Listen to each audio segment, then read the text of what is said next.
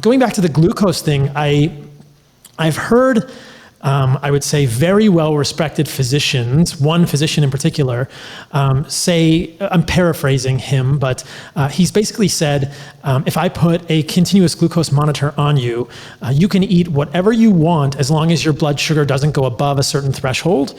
He has set the average blood sugar at 85 with a standard deviation of 10. So that to me is just like, my hair stands on end. I'm just like, smoke comes out of my ears, and I think, what are you talking about? There's no attention to dietary quality there. And that statement assumes that there's good data for a predictive value for glycemic index, glycemic load of our foods, which there isn't. I mean, before we get into the science, check out G-Sauce. There's a buy one, get one free link down below.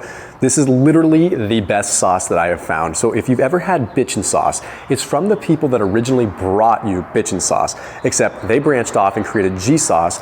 So there's no seed oils, it's made with avocado oil. There's no garbanzo beans, it's not a hummus, it's a legit dip, something you can spread, something you can eat straight up. The ingredients: avocado oil, water, organic almonds, distilled vinegar, organic tomato paste, Bragg liquid aminos, cage-free egg yolk, nutritional yeast, lemon juice. You get the deal. It's clean, it's legit. And there's 6 different flavors. Like this one's Chipotle, which is my jam. There's Indian curry, there's Thai, there's all kinds of different flavors.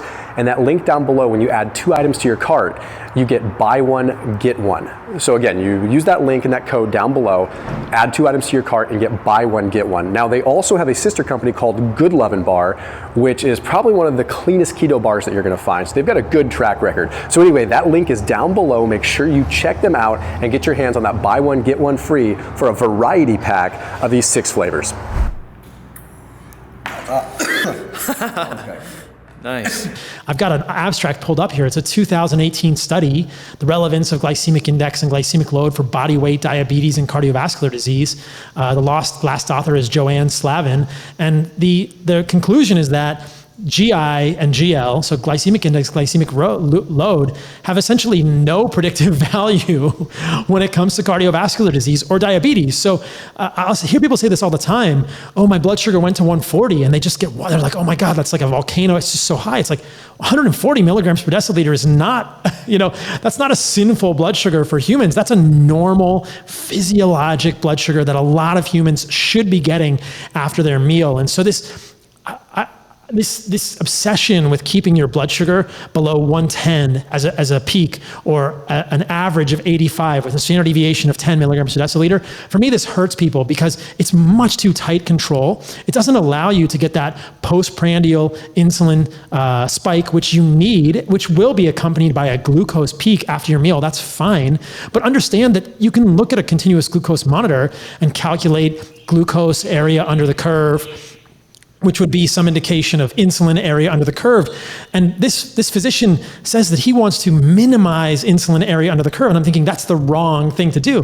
Insulin area under the curve is not what is causing metabolic dysfunction and insulin resistance, in my opinion.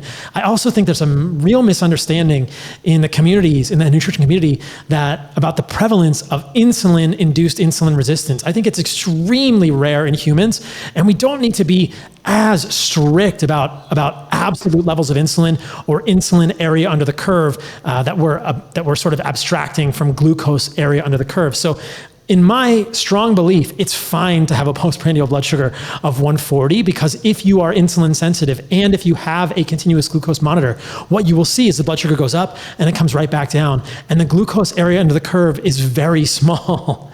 And so that, to me, there's not enough understanding of this. And sort of wrapped into that is what I was talking about earlier.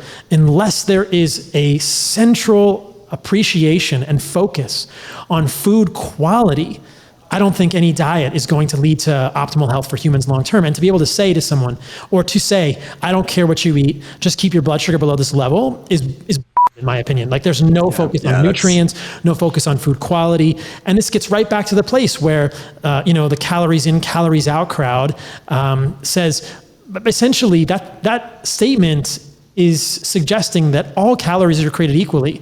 And we know that if you look at just within fat molecules, whether you have an 18 carbon saturated fat, which is stearic acid, which we can talk about, or an 18 carbon omega-6 polyunsaturated fat, those do massively different things in the human body. Those are both 18 carbons. right? They're the exact same amount of carbons. They're very similar molecules. They're just different by 3 or 2 double bonds, And so that's all that's different is just a few electrons in different orbitals on the molecule. But they do massively different things in the body because these fat molecules we know essentially have hormone-like effects in the human body, with the polyunsaturated fat being linoleic acid, saturated fat being stearic acid, doing completely opposite things in our metabolism. So I think that as a broken record, I will say we must focus on food quality in any sort of dietary approach as a human. And my goal with what I'm helping people understand is that if you can get to a place where you can eat as much of a certain set of foods as you want, you're going to win. And that, I believe that if you select those foods properly, this is a pretty bold statement, if you select those foods properly by looking at food quality and the absence of things that will destroy your metabolism or break it, you can eat as much of those foods as you want. Satiety will come and you will lose weight and become metabolically healthy, and life is good. Yeah, that's such an interesting way of putting it. And to give people something pragmatic, let's say people are wearing a CGM and they do want to monitor these things. You mentioned, okay, that postprandial spike in glucose is obviously a natural response. Postprandial spike in insulin, natural response.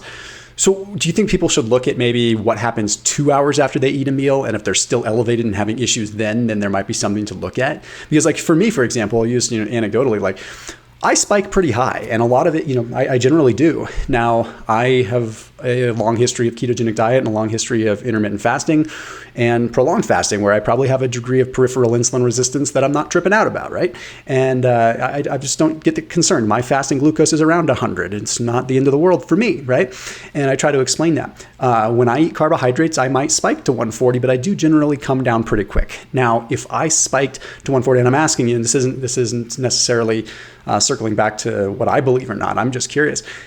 If I checked 2 hours later and I was still at 140, then it sounds like that might be an issue. Exactly. So there's a couple of things wrapped up in there that we should talk about, which is physiologic insulin resistance, which happens in a low carbohydrate state, which is a really interesting discussion. And it's normal human physiology, quote unquote normal. And it gets often conflated with pathological insulin resistance, which are completely different processes. High insulin versus low insulin in those two states. But if you're talking about your CGM, like elevation of your blood sugar after 2 hours is a problem. And I love continuous glucose monitors, but there's a much easier way to get at this issue, which is just get a freaking fasting insulin. I think that people should get fasting insulin every month. And in my opinion, this single blood test, which probably costs $35, would change the medical system, would change the horizon, would change the landscape. I mean, it should be less than 5 micro IU per ml. It should probably be less than 3. Mine was recently 2.4 micro IU per ml, and I eat between 250 and 300 grams of carbohydrates a day. So if anyone believes, if anyone believes, it's just, this is my N of 1, but I've seen it over and over and over. I've seen it, all the people I work with, it doesn't work like this, right? So carbohydrates do not cause insulin resistance. Not all carbohydrates are created equally, but a fasting insulin should be low. You can get a sense of how your fasting insulin is going to be by using a CGM, and I think these two go hand in hand. They really complete the picture. Looking the phenotype, so the actual way that your postprandial glucose looks, can also indicate insulin sensitivity versus insulin resistance. And the pattern that you want to see in your insulin is a spike.